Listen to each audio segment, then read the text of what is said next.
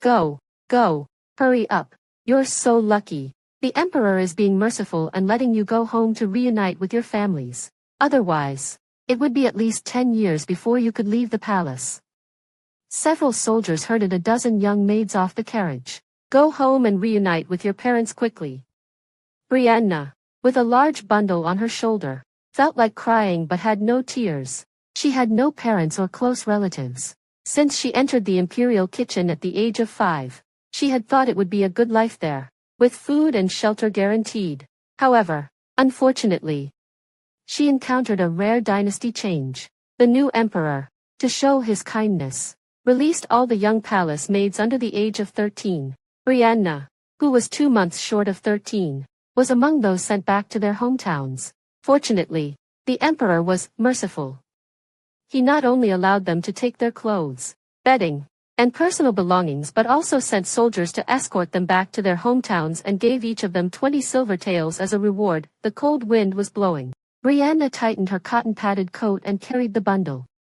Looking for work. Since she entered the palace at 5, she had long forgotten where her home was. Even if there was still a house, it was probably occupied by others. So, she thought it would be better to find some work or start a small business. When she turned 15, she could enter the palace again, which was better than wandering alone outside. After wandering for some time, Brianna unconsciously found herself in the northern part of the city.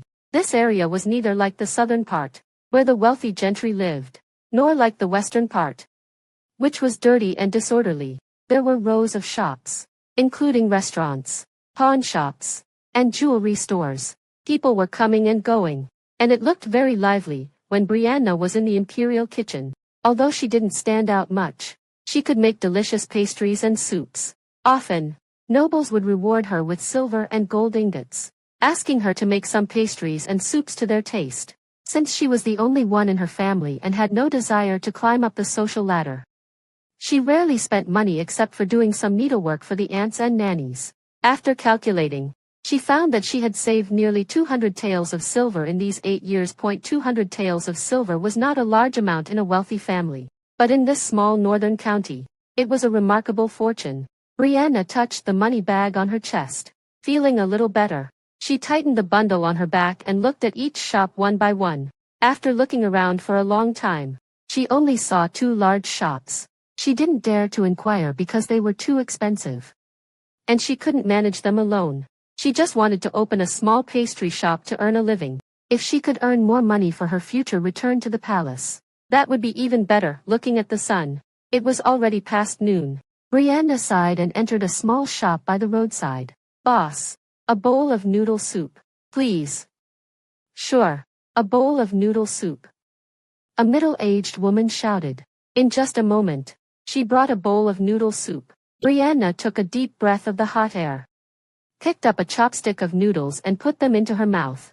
Then she slightly frowned.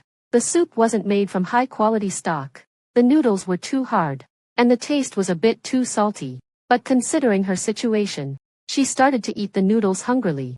If she hadn't been lucky enough to enter the palace and stay in the imperial kitchen, she might have starved to death. How could she have tasted such delicious noodle soup and learned those cooking skills? After Brianna finished the noodles, the shopkeeper's wife saw that this little girl ate so deliciously and gave her another bowl of noodle soup. Here, have some more hot soup to warm up. Thank you, ma'am. Brianna held the bowl, feeling the warmth in her hands and sipping the soup slowly. At this time, after the meal time, there were few people in the shop. The shopkeeper's wife simply sat next to her. You don't look very old. Where are you going alone with your bedding and clothes? I don't have a place to stay. I'm thinking of renting a small storefront to sell some pastries. Brianna answered honestly. The shopkeeper's wife laughed when she heard this. Although the war is over, it's not completely peaceful yet, and you're just a little girl. You don't know how hard it is to do business. It's better to save your money and prepare a dowry for yourself in the future, so you can marry a good man. Brianna didn't say anything. The shopkeeper's wife saw the stubborn look on her face and shook her head. There aren't many small shops on this street. There's a small storefront in the second alley to the west. It's a bit off the main road. Not as crowded as the ones on the street. Brianna's frown relaxed when she heard this. It doesn't matter. I just want to make a living. I'm not expecting to make a fortune. Thank you, ma'am. I'll go and have a look. Then she counted out 5 copper coins and gave them to the shopkeeper's wife as payment for the meal. The shopkeeper's wife was very kind-hearted. After taking the money, she called out to the shopkeeper in the back to watch the store and accompanied the little girl to the storefront. When they arrived, Brianna saw a small storefront. Inside, only 3 or 4 tables could be placed, and there was a small courtyard at the back with 2 rooms. Others said that this place was too narrow, front and back, and not suitable for doing business. But Brianna thought it was very suitable. Moreover, the rent was not expensive. So, Brianna rented it for 3 years. By then, she would be 15 and could enter the palace again. When handling the formalities at the government office, the shop owner learned that Brianna was a released palace maid who would enter the palace again in the future. So, he was more willing to befriend her and even left all the furniture in the rooms for her to use. Brianna cleaned the house, lit the stove, made the bed, put the clothes made in the palace this year into the trunk, took some small silver coins, locked the door, and went to the street. She bought rice, flour, sugar, oil, eggs, and various seasonings, then went to the butcher's to buy some meat and vegetables. She also bought some paper and boxes for packing food from the grocery store and ordered several stoves from the blacksmith. A few days later, Brianna's fragrant pastry shop was ready to open. Brianna's pastry shop had 6 kinds of sweet pastries, namely, red candy cake, egg rui cake, red date and sesame cake, honey pine nut cake, 1,000-layer steamed cake, and red bean and mandarin duck roll. Brianna placed the freshly made pastries on the counter at the entrance of the storefront, covered them with a white cloth, and set off a string of firecrackers. Thus, the pastry shop opened. The neighbors heard the sound and came to buy a couple of pieces to show their support. After going back and tasting them, they found that the pastries were even more delicious than those from other shops. So, they often came to buy from her. Gradually, the pastry shop became more popular. Some people even ordered longevity peaches from her for birthdays. Brianna was busy every day and gradually felt that life outside the palace was also good, although she couldn't make the delicious imperial cuisine. The days were simple. A month passed like this. Brianna calculated the accounts and was pleasantly surprised to find that she had earned more than 1 tael of silver. She put away the small silver coins and copper coins, seeing that the sun was setting and most of the pastries had been sold. Brianna fried some Chinese prickly ash in a little hot oil, fished out the prickly ash, and poured in chicken broth. In this small county in winter, rare things like seafood and fresh fish were hard to buy. To enhance the flavor, Brianna carefully took out a small cloth bag she brought from the palace, took out a few dried shrimps, and put them in. Then she put the rolled noodles into the pot, shredded a stewed chicken leg finely, added some blanched mushrooms and rape.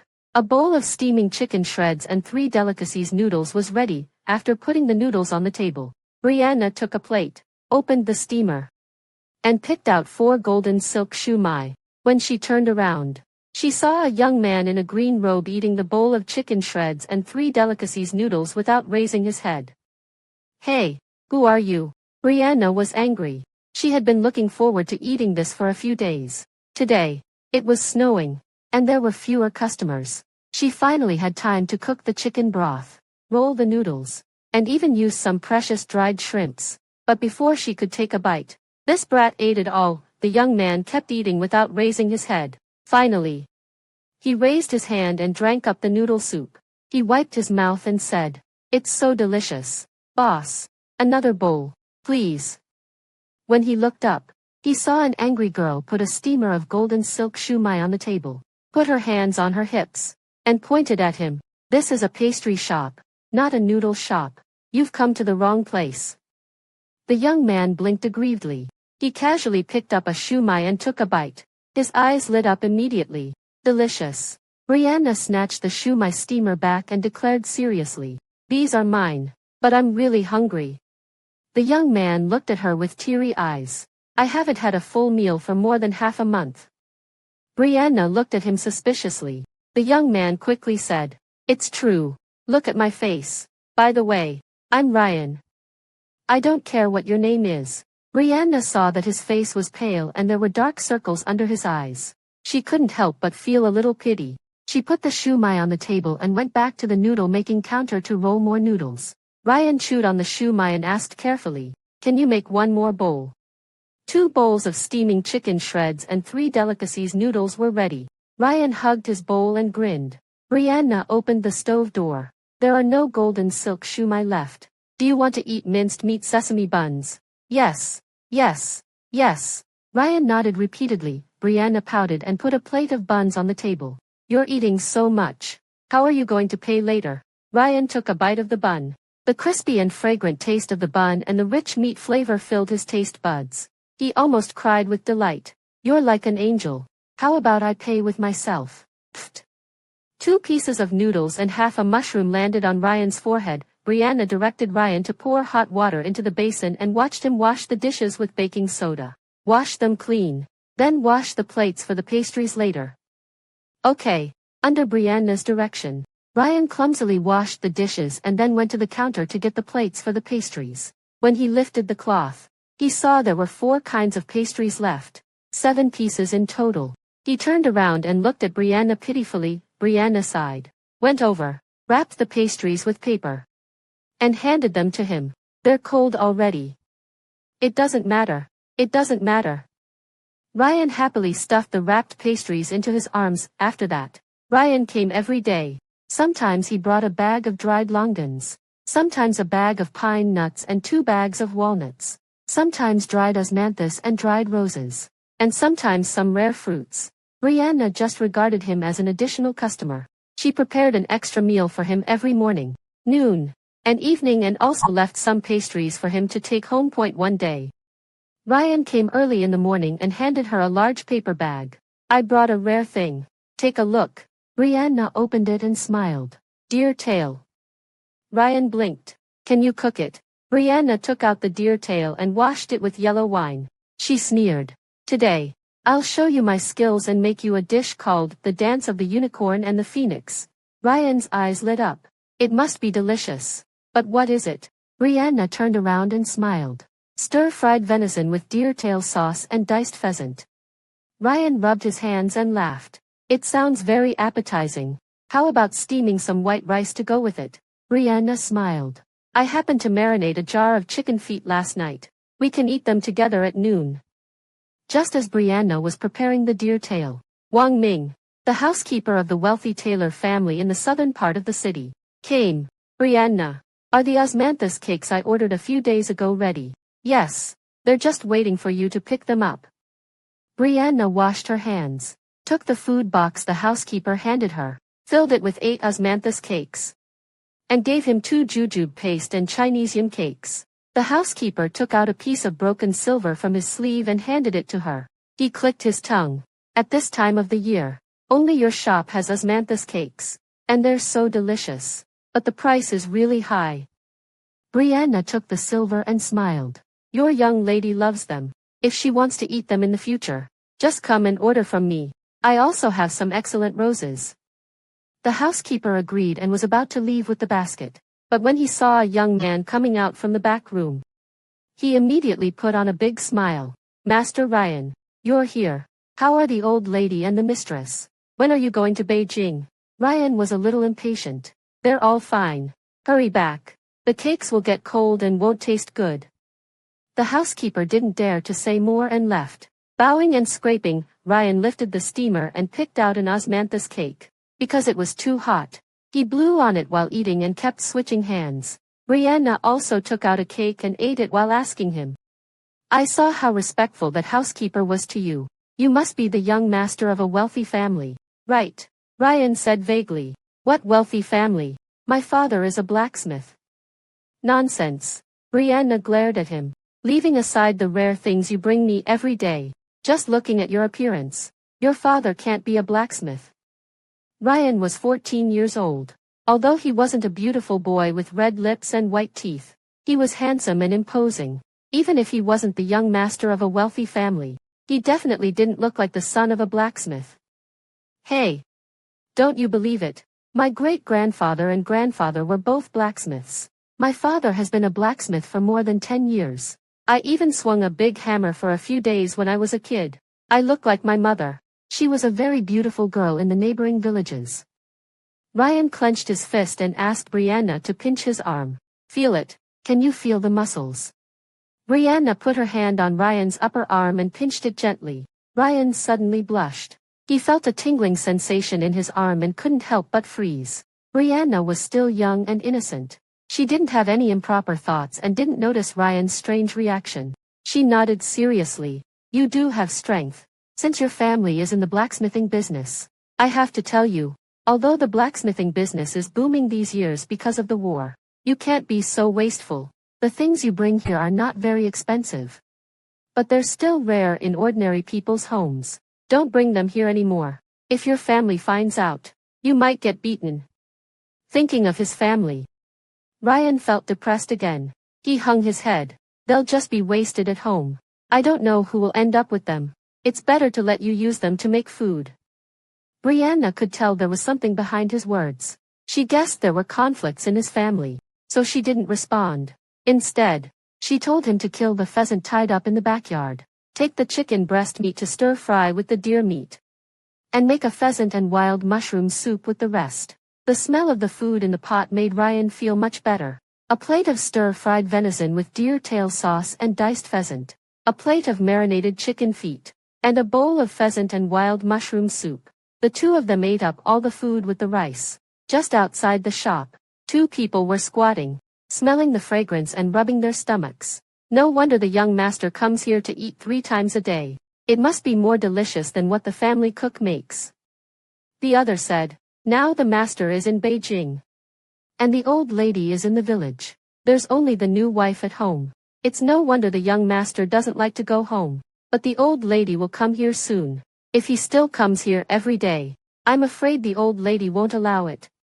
After Ryan was full, he helped Brianna clean up the dishes. Then he lay on the table and watched her knead the dough to make pastries. Brianna, where are your parents? They died when I was 4 or 5 years old. Brianna replied without raising her head as she kneaded the dough. Oh. My mother also died when I was 5. Ryan's voice was a little low. Then my father went out to make a living. Last year, he brought back a woman and said she was his new wife. He asked me to call her mom. Brianna looked at him in surprise. No wonder no one cares when you're out all day. Does your stepmother treat you well? Ryan sneered. She's wonderful. She's always asking about my well-being, as if she wants the whole world to know how good she is to me. But it just looks fake. After a moment of silence, Ryan said, my stepmother was originally the daughter of a high-ranking official. A few years ago during the war, she met my father. My father was so attracted by her beauty and charm that he immediately married her. We didn't know about it until last year when he brought her home. Brianna asked, with such a noble background, why would she be willing to be with your father? Ryan said, why not? Her family was all dead, and the old dynasty was gone. My father made a name for himself by following the emperor and became the Duke of Ding. He's even more prosperous than her family used to be. Brianna couldn't help laughing. See, I said you were a young master, but you still said your father was a blacksmith. Ryan became angry from embarrassment. My family has been blacksmiths for generations. Then he became a little depressed. I'd rather my family was still blacksmithing. Brianna covered the kneaded dough with a basin, washed her hands, and brought 2 handfuls of oranges. The two of them sat in front of the stove, eating oranges. Brianna, your cooking is so delicious. Who did you learn from? Ryan peeled an orange, carefully removing the white filaments until only the golden orange segments were left, and handed them to Brianna. Brianna took them. I entered the palace when I was 5. I was too young to do anything. They didn't dare to let me serve others. So I was assigned to the imperial kitchen to stoke the fire. I stayed there for 8 years. Brianna felt a little melancholy when she thought about her time in the palace. I originally thought I'd stay in the palace for the rest of my life. I had food and shelter, and no worries. But then the emperor issued an order to release all the young palace maids. I don't have any family. So I opened this pastry shop. I plan to enter the palace again when I turn 15. Ryan immediately looked up when he heard this. You just got out. Why go back? Brianna said seriously. You don't understand. It's not easy for a girl like me to run a shop. I'm still young. And I'm not expecting to make a fortune from the shop. So things are still stable. But when I get older, people will start talking about my marriage. I'm an orphan. No good family would want to marry me. I don't want to settle for someone I don't like. But if I don't get married, there will be so much gossip. It's better to go back to the palace and live a quiet life. Anyway, I'm not the competitive type. I'd rather just be a little cook and live a peaceful life. Isn't that better than being outside? Ryan felt a pang in his heart. If you go back to the palace, I won't be able to see you. Then who will cook for me? Brianna teased him, scraping her cheek with her finger. Shame on you. You're still thinking about food all day at your age. Besides, when your father takes you to Beijing, you'll have so many delicious things to eat. You won't remember me then.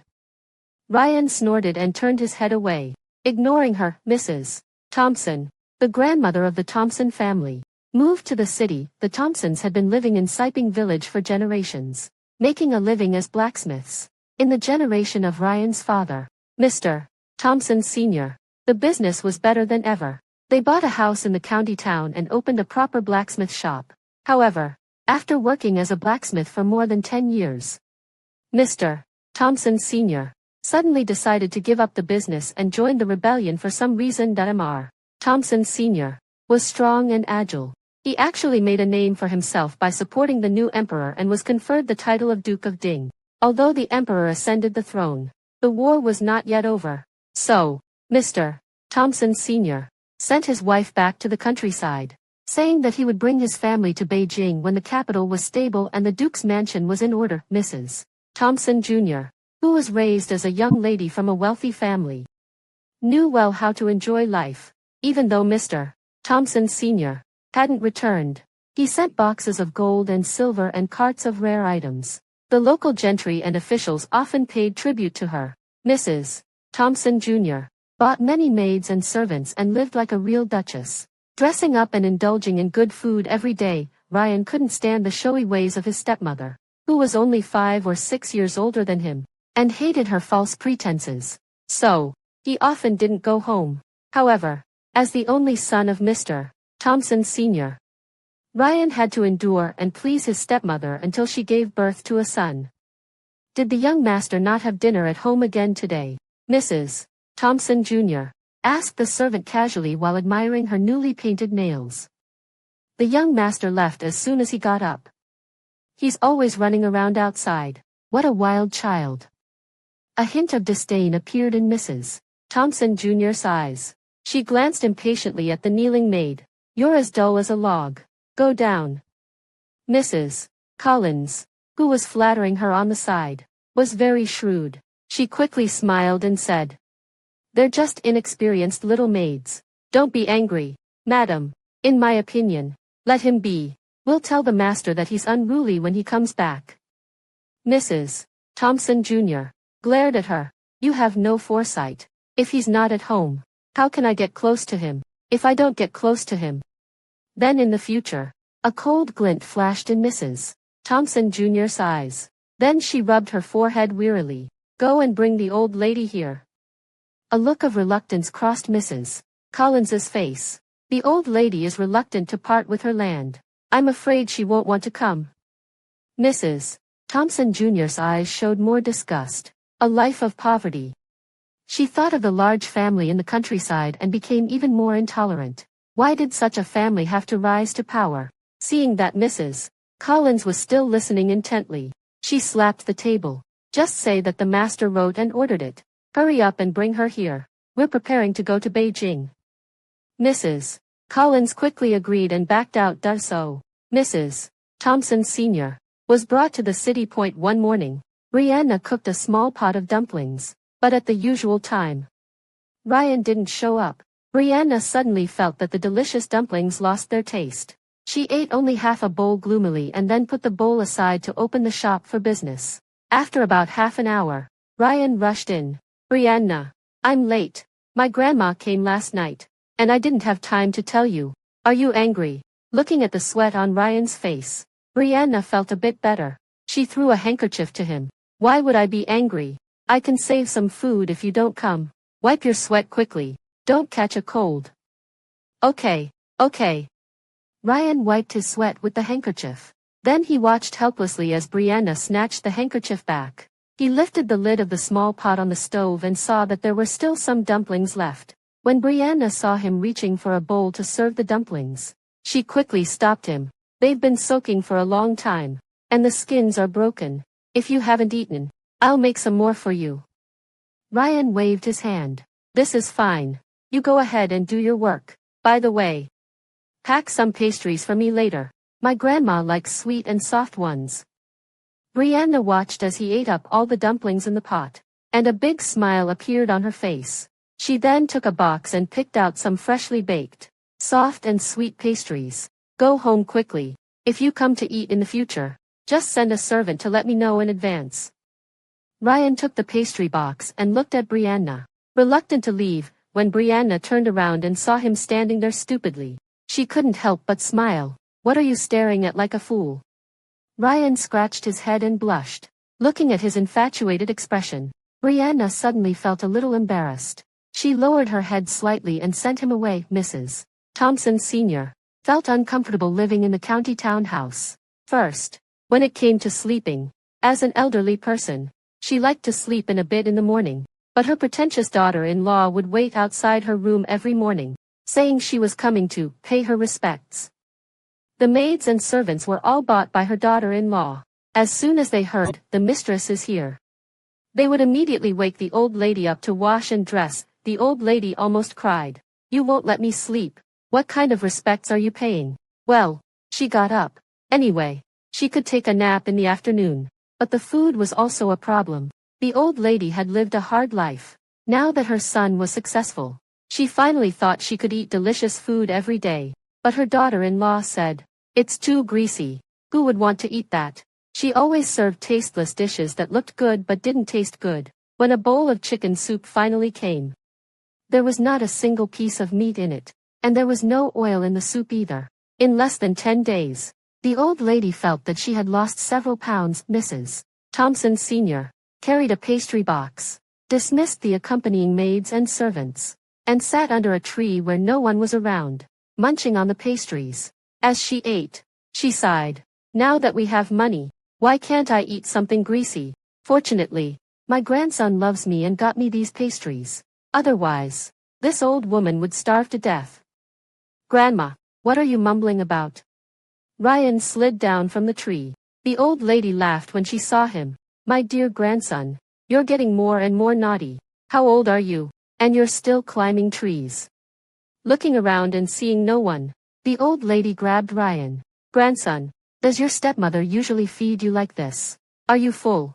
Ryan laughed when he heard this. He playfully touched the old lady's stomach. Grandma, don't you like the food at home? Then I'll take you to eat something delicious at noon. The old lady was delighted. Having lived her whole life, her son had become successful, and the family business had grown. She just wanted to enjoy good food and a good sleep. That would be great. My grandson still loves me. Ryan told the servant to carry a cage of wild ducks, 2 pieces of deer meat, 3 fat fish, and 2 baskets of vegetables to Brianna.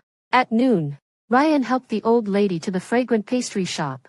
Before they even entered the shop, the old lady smelled the delicious smell of meat and a big smile spread across her face. When Brianna saw the 2 of them coming, she closed the shop door, greeted the old lady, and helped her sit down. She said with a smile, I didn't have much time, so I didn't have time to cook elaborately. I made 8 treasure wild duck, sesame-coated venison skewers, and braised fish mole rolls. Grandma, please taste them and see if they suit your taste. These 2 side dishes are spicy cucumber strips and osmanthus-flavored turnips. They're very refreshing and can relieve greasiness. Then she cut some scallions and cucumber strips, filled a bowl with sweet bean sauce, and served a plate of thin pancakes. Brianna smiled and said, I marinated the suckling pig when it was delivered yesterday. I roasted it early this morning. It should be ready now. The old lady saw that Brianna quickly brought out a roasted suckling pig. The pig had a ruddy color and a fragrant smell. After Brianna sliced the pig, the old lady couldn't help but pick up her chopsticks and take a couple of bites. She felt that the skin of the pig was crispy, the meat was tender, and it had an incredibly delicious taste. She couldn't stop praising it. Ryan served a bowl of rice to the old lady. The old lady wolfed down the food. With the rice, she ate half a duck, a small half plate of fish, 5 venison skewers, and about 10 suckling pig rolls in no time. Now, she was burping while eating the spicy cucumber strips, looking extremely comfortable, looking at the girl in front of her with a round face with a bit of baby fat, curved eyes, and 2 sweet dimples. Who could also cook such delicious food? The old lady couldn't help but think she was more and more beautiful. She took Brianna's hand. What's your name, girl? How old are you? Why is your cooking so delicious? Brianna smiled. My name is Brianna, Grandma. If you like the food, come and visit often. My small shop usually just sells some pastries. I'm really grateful for Mr. Ryan's support. Ryan's face darkened. Who told you to call me Mr.? Brianna couldn't help laughing. Oh, are you angry? Ryan snorted. You used to call me by my name. Why don't you do it now? The old lady chimed in. If it's not convenient to call by name, you can call him Max. That's his nickname. Ryan's face became even darker when he heard this. Brianna pursed her lips and smiled. She called out sweetly, Brother Max. Although Ryan thought the name Max was ugly, when he heard Brianna call him Brother Max in her soft voice, he felt very happy. He tried hard to hold back his smile, but it still showed on his face. Then, Mrs. Thompson asked Brianna where her home was. Ryan was afraid that Brianna would feel uncomfortable, so he quickly tugged at Mrs. Thompson and winked at her. Brianna smiled and said, It's okay. My parents died when I was 5, and I entered the palace. I don't remember where my home is. Mrs. Thompson thought carefully for a while and said, 8 years ago. Some girls from the villages were sent to the palace. But as for a girl who entered the palace at such a young age, I only know one. Mrs. Thompson looked at Brianna carefully again. And the more she looked, the more she nodded. I think it's very likely. There was a scholar in our village named Wang. The young couple died of illness, leaving only a daughter whose nickname was Grace. Grace. Brianna looked pensive and repeated the name several times. It seems a bit familiar. Mrs. Thompson sighed. The Wang family had only one son in each generation. This generation passed away early. A distant relative came to handle the funerals. Coincidentally, the emperor was selecting palace maids. So they sent 5-year-old Grace to the palace. Brianna's face was covered with tears. She felt extremely sad and covered her chest, weeping. I don't know if it's me, but I just can't help crying. Mrs. Thompson wiped away her own tears, took out a handkerchief, and wiped Brianna's face. Good girl. By the way, Kelly Victoria gave Ryan his name. I was there when Grace was born. She had a red birthmark in the shape of a plum blossom on her left shoulder. Brianna covered her shoulder and nodded repeatedly. It took her a long time to speak. I only remember that there was no one left in my family, but I've long forgotten who my parents were. I didn't know anyone to ask. I never thought I could learn about my background and name today. Brianna knelt down and bowed deeply to Mrs. Thompson. Mrs. Thompson quickly helped her up. Then Brianna asked about the burial place of her parents. Planning to go and pay respects, Mrs. Thompson knew that Brianna didn't know the way, and she was worried about letting a girl go back to the village alone, so she asked Ryan to accompany her. Brianna wiped away her tears with a handkerchief and forced a smile. Thank you, Brother Max. Brianna prepared some offerings like roasted pigs, replaced with roasted turkeys in Western context. Paper money, made some chickens, ducks, and pigs' heads, replaced with corresponding Western-style meat dishes. And brought 6 kinds of pastries. Then she followed Ryan back to the village to pay respects to her parents. Ryan had been fantasizing about walking hand in hand with Brianna on the flower-filled country path. But when they arrived at the pastry shop, he was stunned by the full house of things. And just then, it started to snow. Ruining his fantasy, Ryan felt as disappointed as the cold north wind outside. The servant brought 2 carriages. Ryan told them to put the things in one carriage and shamelessly squeezed into the same carriage with Brianna. Brianna was worried that the offerings would get wet in the snow. Seeing Ryan's arrangement, she praised him for being thoughtful. Ryan nodded happily. Just after they left the city gate, the snow stopped and the sun came out. Brianna was making a netting.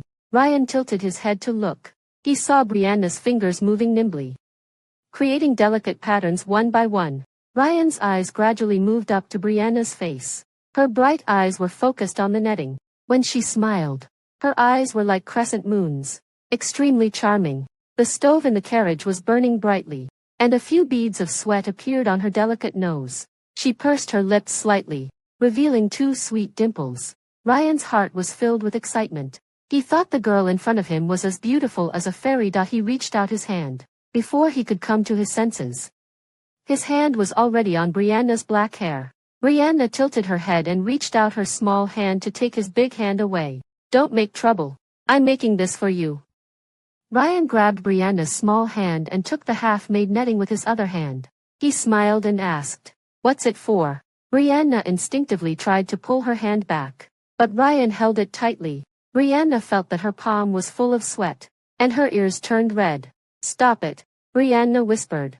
Ryan was so nervous that his nose was sweating. He asked softly, "Brianna, shall I send someone to propose marriage to your family?" It was like a bucket of cold water being poured over her.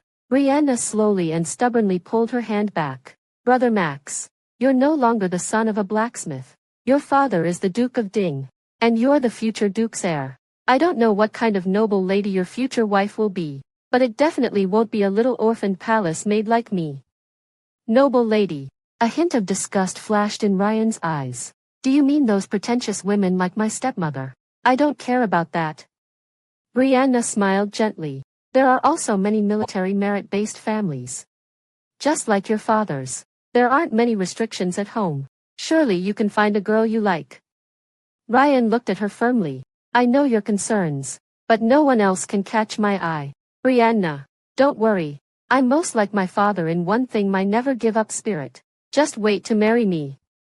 Brianna didn't say anything more and lowered her head to continue making the netting. Ryan looked at her, thinking about his plans. After paying respects to her parents, Brianna followed Ryan to his second uncle's house to rest. When Ryan's second aunt, Mrs. Lee, heard about Brianna's background, she looked at her carefully and nodded. "She does resemble the scholar's wife a bit." Then she called her son, Tiger, who was playing outside, and quietly told him to go to his uncle's house and invite his cousin over. Ryan had just drunk 2 cups of tea and eaten a piece of pastry when he saw a girl in a bright red dress come in. She first called out, "Aunt," and then shyly curtsied to Ryan and said sweetly, "Cousin." Ryan saw that she had 7 or 8 gold hairpins in her hair and a thick layer of rouge on her face. When she spoke, the powder on her face fell. He couldn't help spitting out the tea in his mouth. The girl was caught off guard and got tea all over her clothes. She couldn't help twitching her face. "Cousin, this is my new dress." Ryan's second aunt quickly came over to smooth things over. "Don't be angry, Danya. Your cousin Ryan has plenty of good materials. He'll get you a bolt of new style fabric from the capital to make you a dress later." Then she turned to Ryan and smiled. "My second brother has become an official now. I heard he's a 5th rank official. Now Danya is also a young lady from an official's family." Danya grinned at Ryan. Ryan looked at her face, which was even bigger than his, and was so scared that he quickly grabbed Brianna and stood up. "It's getting late. Grandma told us to go back early." "Second aunt, I have to leave now." He looked at Danya again, facing Danya's expectant eyes. Ryan forced a smile. "I haven't seen you for a few years. Danya, you're getting more and more like your father. I'm really sorry for your dress today. I don't have any fabric for girls, so I'll give you a silver coin. You can buy whatever fabric you like." With that, he put down a small piece of silver and left in a hurry with Brianna. The second aunt chased after them, calling out a few times. When she couldn't see Ryan's figure, she stamped her foot and went back. When she entered the house and saw Danya eating pastries, she was so angry that she poked Danya's head. "All you do is eat. Look at your face. It's almost as big as your father's. You don't know how to take care of your appearance." Danya said indifferently, "So what if I'm like my father? My father is great. He used to be a butcher, and we had meat to eat every day. Now he's an official, and I can marry whoever I want." "Marry whoever you want." Ryan's second aunt snatched the pastry from her hand. "Ryan didn't take a fancy to you. Do you know that his father is the Duke of Ding now? If you marry him, you'll be the future Duchess. You'll be able to enter the palace and meet the Queen. How magnificent that would be. Danya's eyes were fixed on the pastries in her aunt's hand. She said without looking up, "What if he doesn't like me? I think I'd rather marry Little Lee. At least I'll have meat to eat every day." Little Lee was her father's former apprentice and now a butcher in the village. Ryan's second aunt put down the pastry helplessly, watching her niece finish 2 plates of pastries in a short time. She felt heartbroken, just as Ryan sent Brianna back to the pastry shop. A servant from home came to find him. Young master, the mistress asks you to go back. She said there are relatives at home." Ryan was puzzled. Her relatives are all in the village. They come to visit every few days when there's a market. What's so strange about that? When he asked in detail, the servant said, "They're the mistress's relatives." Ryan's stepmother was originally the eldest daughter of Magistrate Wang of Shuntian Prefecture. Magistrate Wang had this daughter when he was nearly 40 and doted on her. He named her Olivia and raised her in a delicate way until she was 15. However, due to bad times and war, most of her family died. The soldiers below saw that Olivia was beautiful and presented her to Mr. Thompson Sr. Mr. Thompson Sr.'s wife had been dead for nearly 10 years. When he saw such a beautiful young lady, he couldn't resist and immediately married her. Olivia's eldest brother's family was the prefect in Jiangnan. Although it was only a 5th-rank position, it was a lucrative one. But unfortunately, due to the change of dynasties, he lost his position. The family had to flee and detour when they encountered small-scale battles. It was a year later when they returned to the capital. Olivia's eldest brother was so devastated by the destruction of his family that he fell seriously ill and died. After handling their father's funeral, the 2 sons used the remaining family property to start a small business in the capital. The widowed sister-in-law heard that her younger sister had married the Duke of Ding, so she immediately set out with her daughter to seek refuge. When the 2 sisters-in-law met, they couldn't help crying together when they thought of the former glory of their family. Jean, Olivia's sister-in-law, wiped away her tears and forced a smile. "Fortunately, you're lucky, sister-in-law. You married the Duke of Ding. You're even more prosperous than when our father was alive. If your brother knew, he would be at ease." Mrs. Thompson patted her sister-in-law's hand. "Don't worry, sister-in-law. As long as I'm here, I'll take care of this family. When we return to the capital in the future, I'll ask the Duke to buy official positions for the 2 nephews. Our family will regain its former glory." Mrs. Lee wiped her tears with a handkerchief. "I'm not worried about the 2 boys. They can always find a way to make a living. I'm just worried about Jinan." She waved her daughter over. "Look, sister-in-law, Jinan looks more and more like you. You must dote on her." Mrs. Thompson took her niece, whom she hadn't seen for several years, and looked her up and down. Indeed, Jinan resembled her by 5/10. Mrs. Thompson couldn't help but like her even more. "Jinan is 13 years old this year, right?" Mrs. Thompson took off a green jade bracelet from her wrist and put it on her niece's wrist. "That's right." Mrs. Lee looked at her daughter with pride. "Your eldest brother hired a teacher to teach her since she was young. She's proficient in poetry, calligraphy, painting, and music. We originally planned to find a good family for her when she came of age. But who knew?" Mrs. Lee started crying again. Mrs. Thompson stroked her niece's hand and thought to herself. She had been married to the Duke of Ding for 4 or 5 years. Although they were often apart, they still spent 4 or 5 months together each year. However, she still hadn't had a child, although she planned to have a son to fight for the position of heir. She didn't know when she would be able to conceive, and Ryan had already grown up. Mrs. Thompson felt annoyed whenever she thought of Ryan. Although he looked good-looking, he was like an ungrateful person. No matter what tricks she used, he always coldly rejected her. Since that was the case, she might as well betroth her niece to him and use her niece to control him. Looking at her niece's beautiful face, Mrs. Thompson was full of confidence.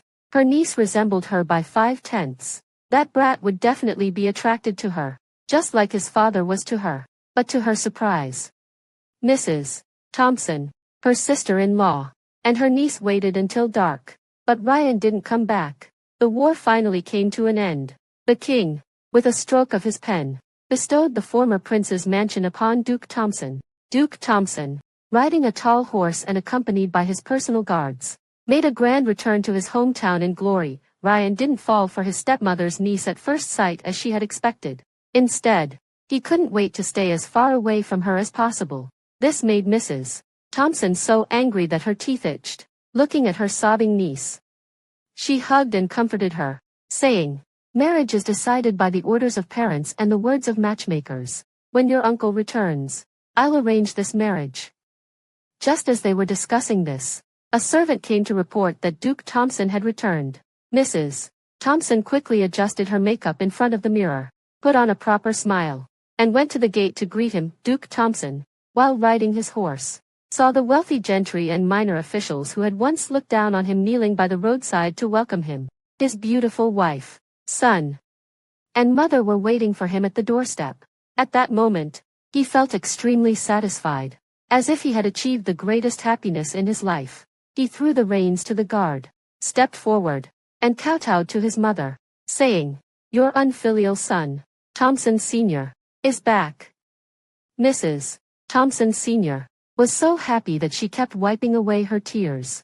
Good, good, good. Hurry and wash your face and take a rest." Duke Thompson got up, helped his mother walk inside, and glanced at his son. His eyes were filled with satisfaction. Ryan has grown up well. He looks like his mother. Ryan showed a cute smile, called out, "Father," and also stepped forward to support his grandmother's other arm. Seeing the three-generation family supporting each other, Mrs. Thompson gritted her teeth in anger from behind. After a brief greeting, Duke Thompson went back to the main chamber. Mrs. Thompson quickly ordered someone to bring water and personally served him to wash up. However, before he could even take a bath, Duke Thompson carried her to the bed. A flash of disgust appeared in Mrs. Thompson's eyes, but she forced herself to endure it, pretending to be shy. She covered her face with a handkerchief and moaned softly. After serving Duke Thompson comfortably, Mrs. Thompson brought up the matter of her niece. Jean has learned piano, chess, calligraphy, and painting since she was a child. She's also very pretty. I think she and Ryan are a good match. Duke Thompson, who was originally a blacksmith, thought it was a great fortune for him to marry a lady from an official's family. So, he was somewhat interested, seeing that things were going as she expected. Mrs. Thompson quickly said that she would ask Jean to pay her respects to her uncle the next day. Jean was at a beautiful age and had been strictly educated since childhood. She exuded the grace of a young lady in every gesture. She recited a few lines of poetry, and although Duke Thompson was a bit confused, he was even more satisfied. He thought to himself, "This kid is as lucky as his father." Although Duke Thompson was satisfied, he didn't make a definite decision. The most prominent trait of his character was filial piety, with his parents still alive. The marriage of the eldest son and grandson had to be approved by his mother. When Duke Thompson went to his mother's room, he saw the grandmother and grandson chatting about how delicious the spiced plum buns and sesame-spiced venison patties made by Brianna were. Seeing his son massaging his mother's legs, Duke Thompson couldn't help but nod in satisfaction. "Good boy. So filial. Just like me." "Father." Ryan stood up, gave his seat to Duke Thompson, and stood aside. Duke Thompson sat down beside his mother, looked his son up and down again, and the more he looked, the more he liked him. "Ryan is grown up. It's time to talk about marriage. I just saw your stepmother's niece, Jean. She's as beautiful as a flower and can play the piano and write poems. What do you think if I betroth her to you?" Upon hearing this, Ryan frowned first. Even Mrs. Thompson Sr. showed some dissatisfaction on her face. Duke Thompson noticed and asked, "What? Is there something wrong with that girl?" Mrs. Thompson Sr. glanced at her grandson and shook her head. "Although our family status has risen now, we can't just focus on those superficial things when choosing a daughter-in-law. No matter how good that girl is, if she doesn't suit Ryan's taste, she's not good enough for me. Don't let your little wife's words influence you and sell your son like that." "Mother." Duke Thompson massaged his mother's legs. "I'm not that kind of person. I'm here to ask for your opinions. Aren't I?" Then he glared at his son. "I heard that you think Miss Danya from Uncle Lee's family is ugly. What's wrong with this beautiful one?" Ryan bowed to his father. Father, I may be disrespectful. But even if she were 100 times more beautiful, I still wouldn't like her. Not to mention her. I don't even like the mistress. She eats and uses our family's resources but always acts superior. In private, she calls our family members poor wretches or low-class people. Duke Thompson stood up abruptly and pointed at his son. Don't talk nonsense. Ryan stubbornly raised his head. What nonsense am I talking? She thinks I don't know about her schemes. She's full of bad ideas. Seeing that her son looked angry, Mrs. Thompson Sr. quickly stood in front of her grandson to protect him. I'm not sure if she said those things, but when she smiles at me, she only moves her lips, and her eyes are always cold. She thinks she can fool this old woman from the countryside, but she forgets how many years I've lived. I know everything. Seeing that Duke Thompson still seemed skeptical, Ryan said, Father, why don't you go and listen for yourself? Learning that Duke Thompson had returned, his younger brothers and sisters from the countryside all came with their families, filling the originally spacious mansion. Mrs. Thompson forced a smile to greet her sisters-in-law and sisters-in-law's daughters, whom she looked down upon. By chance, Tiger, the eldest son of the second uncle's family, saw Jean, Tiger, who grew up in the village, had never seen such a delicate young lady. He was immediately captivated. He lingered around Jean's residence every day. Within 2 days, Jean came to Mrs. Thompson to cry and complain. Mrs. Thompson was already angry that Duke Thompson hadn't confirmed the marriage. Now, with a bunch of rural relatives staying in the house, making a ruckus all day and showing no sign of leaving, and hearing that Tiger was pestering Jean, she threw the teacup in her hand to the ground. Just then, the nanny walked in hesitantly and stammered. Old servant heard that Tiger went to the old lady's room today and said he had his eye on Miss Jean. The old lady wants the Duke to betroth Miss Jean to Tiger. What? Mrs. Thompson flew into a rage. Who does Tiger think he is? How dare he dream of marrying my Jean? What does he take our Wang family for? Thinking that her own family was already in ruins, she cursed. Heaven is unfair. How could such a low-class family rise to power? I was defiled by a country bumpkin, and now even my dear niece is being picked on by such a family. In the past, if they dared to step on our doorstep, their legs would be broken. Bah! Duke Thompson, who was outside the window, was so angry that his face turned red and his neck thickened. He shouted into the room, I'm a country bumpkin. Then what are you? You bitch. He strode into the room, grabbed the terrified Mrs. Thompson from the couch, and said, just because I called you, madam, a few times, you really act like a duchess. Don't forget that you're not even on my family's register yet. Ryan helped his grandmother into the room. Mrs. Thompson Sr. was so angry that her hands were shaking. I don't recognize such a daughter-in-law. Ryan smiled gently. Grandma, don't worry. Father didn't pay respects to the ancestors when he got married, so it doesn't count. She's at most a concubine. Duke Thompson threw Mrs. Thompson to the ground and roared. You think you're from a noble family? I'll make you a concubine for this country bumpkin. Servants, lock concubine Wang in the back room and don't give her food for 3 days. After dealing with concubine Wang, Duke Thompson was still in a bad mood. Ryan stepped forward, patted his father's chest, and said, Father, don't be angry. It's almost noon. Why don't I take you out to have some pastries? What's so great about pastries? Duke Thompson said, looking at his mother's expression. Seeing that his mother was interested, he shouted, Stop blabbering and lead the way. Ryan took the two of them to the fragrant pastry shop. Since Ryan didn't inform Brianna in advance, she had only made noodles and poured the marinated beef on top. The smell was delicious. Brianna, I'm here. Ryan helped his grandmother into the pastry shop. Brianna quickly wiped her hands, stepped forward, and helped the old lady sit down with a smile. I just made beef noodles. Grandma, try some. Then she greeted Duke Thompson. My lady greets the Duke. Duke Thompson waved his hand. We're all from the same hometown. No need for such formalities. Girl, your noodles are delicious. Do you have more? Yes. Please have a seat first. Brianna turned around and cooked a few more bowls of noodles. She took a stack of bowls, picked some spicy melons, sweet and sour garlic, and assorted vegetables from her pickled jars, cut 4 kinds of marinated meat from the previous night, and served 2 large plates of spicy sauce-flavored meat patties. Duke Thompson had eaten many delicious dishes, but he always felt that nothing was as delicious as these beef noodles. He ate 3 bowls of beef noodles in a row, then started eating the meat patties and even finished all the marinated meat. Mrs. Thompson Sr. didn't eat as much as Duke Thompson, but she still ate 2 bowls of beef noodles, putting down the bowl. Mrs. Thompson Sr. let out a satisfied sigh and slapped her son on the back. How about making this girl your daughter-in-law after eating her beef noodles? Duke Thompson was gnawing on a chicken claw. When he heard his mother say this, he almost choked on the chicken bone. Brianna blushed with shyness and stamped her foot. Grandma. Mrs. Thompson Sr. chuckled. We're all family. Don't be shy. Ryan nodded vigorously beside them. Yes, we're family. Duke Thompson looked at Brianna carefully. She looks familiar.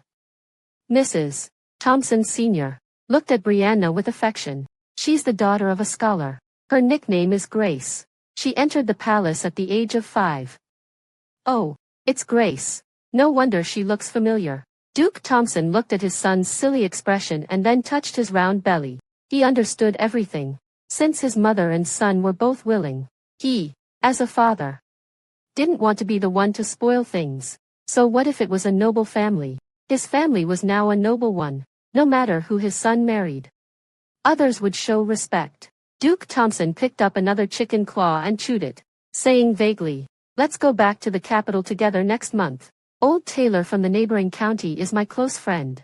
He's now a first-class general. I'll ask Grace to become his adopted daughter later. Then we'll have a place to send the marriage proposal. Brianna stammered. But, I'm an orphan. I'm not worthy. Duke Thompson waved his hand indifferently. You're the daughter of a scholar. Marrying my blacksmith son is a blessing for our family. It was so easy to make this decision. Brianna and Ryan looked at each other, smiling foolishly.